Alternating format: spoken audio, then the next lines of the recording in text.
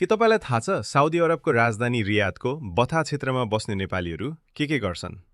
बथा क्षेत्रमा नेपालीहरूले सञ्चालन गरेका रेस्टुरेन्ट, ट्राभल अफिस, विभिन्न पसल तथा अन्य व्यवसायहरूबारे तपाईलाई कतिको जानकारी छ?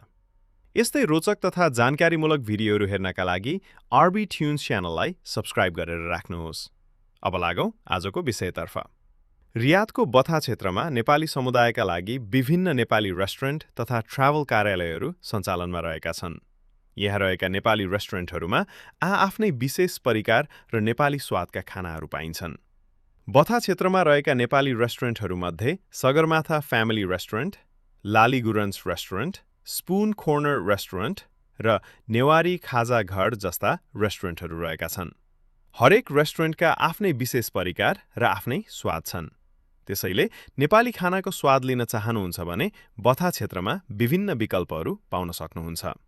त्यस्तै बथा क्षेत्रमा नेपालीहरूलाई लक्षित गरेर विभिन्न ट्राभल तथा डकुमेन्ट सर्भिस अफिसहरूले पनि सेवा प्रदान गर्दै आएका छन्।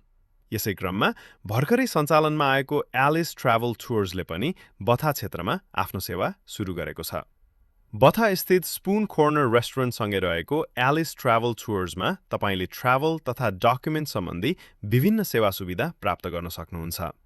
यहाँ उपलब्ध सेवाहरूमा air ticket booking, passport application र रिन्युअल, श्रम रिन्युअल, एप्चर र क्युआ सर्भिसेस, भिजा तथा VFS appointment, hotel booking, international driving licence, travel insurance लगायत विभिन्न ट्राभल तथा डकुमेन्ट सम्बन्धी सेवाहरू उपलब्ध छन्।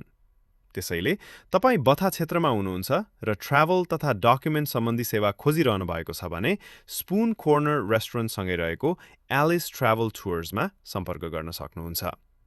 रियादमा रहेका नेपाली व्यवसाय, नेपाली समुदाय तथा विभिन्न सेवा सुविधा सम्बन्धी यस्तै रोचक, उपयोगी र जानकारीमूलक भिडियोहरू हेर्नका लागि आरबी ट्युन्स च्यानललाई सब्स्क्राइब, लाइक, कमेन्ट र सेयर गर्न नभुल्नुहोला।